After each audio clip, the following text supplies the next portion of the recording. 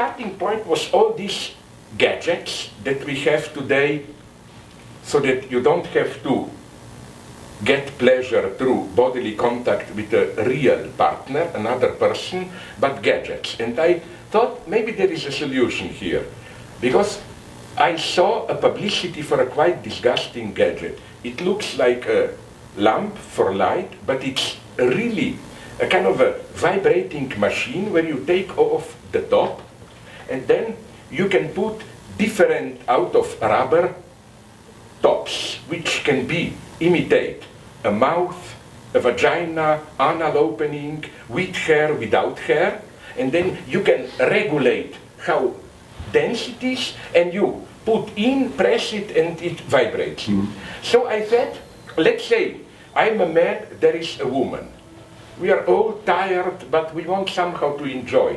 Wouldn't it be nice that I bring this vagina mechanism, she brings her vibrator, so we put somewhere in the back her vibrator into my vagina mechanism, we turn them both off, and the machine is buzzing there. So we are basically enjoying through the machine, but we can have nice tea, talk about cinema. Then came to me the really beautiful idea. What if then while I talk with a woman, I give her tea, at that point our hands touch, and who knows, we start to caress each other, we maybe even really end up in bed. But this is not this compulsive consumerist sex.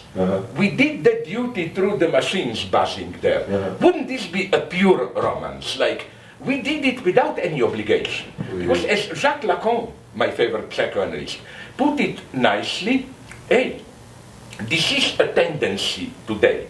This type of, that in sex, in pleasures, we tend to replace real objects with masturbatory machines. The official idea is that Catholic Church and other conservatives want just normal genital sex, that they are against all this infantile, multiple perversion of partial sexes. I think, no, it's the opposite. It's copulation, which was always a trauma for the church.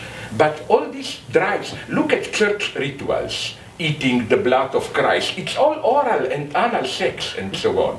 No, the whole church is held together by pre-genital, these multiple perverse rituals. The trauma for the church is precisely copulation, which is why they are systematically reducing copulation to something animal.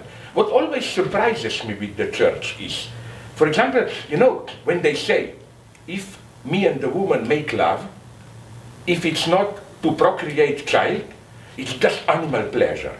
I'm always shocked by this. Are they crazy? On the contrary, animals do it just for procreation. You know, we humans, the beauty about how humans us is precisely that you take an activity which has or developed through evolutionary mechanisms, clearly for procreation, but we made it an end in itself, an expression of maybe deepest spiritual communion. My God, if you really love someone, really passionately, you know what an intense, intimate thing sex can be, you know, because she is not or he just an object there.